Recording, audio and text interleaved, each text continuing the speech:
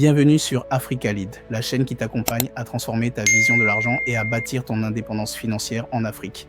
Ici, tu découvriras des stratégies simples et pratiques pour mieux gérer tes finances, investir intelligemment et développer un état d'esprit de gagnant.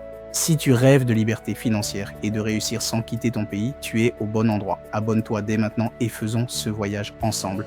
Dans cette vidéo, on va voir ensemble pourquoi certains deviennent riches alors que d'autres restent pauvres, même en travaillant plus dur. Le but est de changer notre façon de penser afin d'avoir la bonne attitude face à l'argent. C'est parti. Est-ce que devenir riche est une question de chance, d'héritage, de magie ? Non, la vraie différence se trouve d'abord dans la manière de penser. Oui, avant même de gagner son premier million, un riche pense différemment d'un pauvre. Dans cette vidéo, je vais te partager 5 différences de mentalité qui séparent les riches des pauvres. Et si tu appliques ces nouvelles façons de voir la vie, tu peux toi aussi commencer ton chemin vers la liberté financière. La 5e différence va te surprendre car c'est celle que presque personne n'ose appliquer. Et pourtant, c'est la plus puissante. Regarde bien ce qui se passe chaque fin de mois. Quand un pauvre reçoit son salaire ou ses revenus, il pense immédiatement « qu'est-ce que je peux acheter ?» Le dernier smartphone, de nouveaux habits, une soirée au maquis. Résultat, l'argent disparaît aussi vite qu'il est arrivé. Et il recommence le même cycle le mois suivant. Le riche, lui, se pose une autre question. Comment cet argent peut travailler pour moi? Exemple simple, tu touches 100 000 francs CFA. Le pauvre achète un téléphone dernier cri. Le riche, lui, va investir 50 000 dans une petite activité, par exemple revendre des produits de base et 20 000 dans une formation en ligne. Le reste, il l'épargne. Quelques mois plus tard, le téléphone du pauvre est déjà démodé. Mais l'activité du riche lui rapporte chaque mois et sa formation lui a ouvert de nouvelles opportunités. Retiens bien ceci, l'argent que tu dépenses disparaît, l'argent que tu investis se multiplie. Même si tu n'as que 10 000 francs, demande-toi toujours comment transformer ça en 12 000, en 20 000. Les riches ne sont pas riches parce qu'ils gagnent plus, mais parce qu'ils font travailler ce qu'ils ont.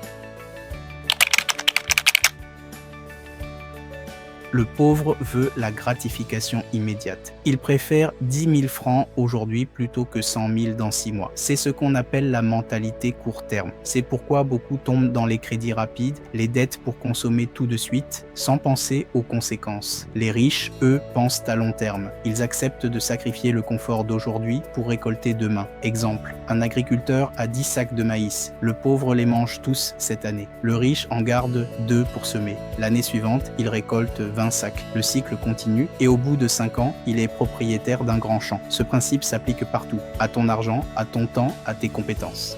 Si tu veux sortir du court terme, commence par planifier. Pose-toi cette question. Qu'est-ce que je veux dans 5 ans? Et chaque dépense, chaque choix doit t'y rapprocher. Pour un pauvre, l'argent est la destination finale. Il se dit, si j'avais beaucoup d'argent, ma vie serait parfaite. Mais le riche sait que l'argent n'est qu'un outil, une clé. Avec l'argent, il peut créer une entreprise, investir dans l'éducation de ses enfants, aider sa communauté ou encore bâtir un héritage. C'est pourquoi les pauvres parlent de manque. Je n'ai pas, ce n'est pas assez, je veux. Et les riches parlent de projets. Que puis-je construire? Comment faire grandir ce capital? Imagine un marteau. Si tu ne sais pas t'en servir, ce n'est qu'un morceau de métal. Mais entre de bonnes mains, il peut bâtir une maison. L'argent, c'est pareil. Si tu le vois comme un but, tu le gaspilles. Si tu le vois comme un outil, tu construis un empire. La plupart des pauvres cherchent avant tout la sécurité. Ils veulent un petit salaire garanti, un emploi stable, même si ça ne les enrichit pas. Mais les riches savent que la sécurité est souvent une illusion. Le monde change, les emplois disparaissent, les salaires stagnent. Les riches, eux, ils acceptent de prendre des risques calculés. Pas des risques fous comme jouer à la loterie, mais des décisions réfléchies. Investir dans un petit commerce, lancer une activité secondaire, apprendre une nouvelle compétence. Exemple, un fonctionnaire qui garde ses 50 000 francs, dort tranquille mais stagne. Un autre investit ses 50 000 dans la revente de jus de fruits. Il prend un risque, oui, mais si ça marche, il peut doubler son revenu et créer un nouveau chemin. Retiens ceci, les pauvres fuient le risque, mais restent prisonniers. Les riches affrontent le risque et trouvent la liberté. C'est peut-être la différence la plus importante. Beaucoup de pauvres disent « je n'ai pas besoin de lire ». Les formations, c'est une perte de temps, je sais déjà. Mais si tu sais déjà, pourquoi es-tu encore pauvre? Les riches, eux, sont des éternels étudiants. Ils lisent, se forment, participent à des séminaires, apprennent de leurs erreurs. En Afrique, combien de jeunes dépensent 20 000 francs dans une sortie, mais refusent d'investir 5 000 dans un livre ou une formation en ligne?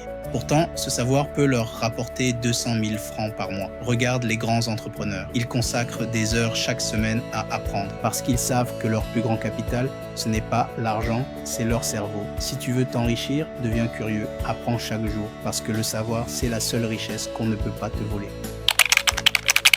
Alors, retiens bien, la vraie différence entre riches et pauvres, ce n'est pas seulement ce qu'ils possèdent, mais surtout comment ils pensent. 1. Les pauvres dépensent, les riches investissent. 2. Les pauvres pensent court terme, les riches pensent long terme. 3.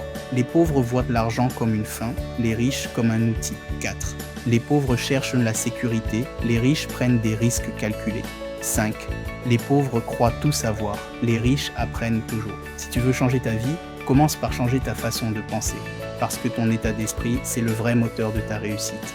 Dis-moi en commentaire, laquelle de ces 5 différences vas-tu appliquer dès aujourd'hui? Et si tu veux plus de stratégies concrètes pour bâtir ton avenir financier en Afrique, abonne-toi à Africa Lead et active la cloche. Ton futur n'attend pas, il commence maintenant.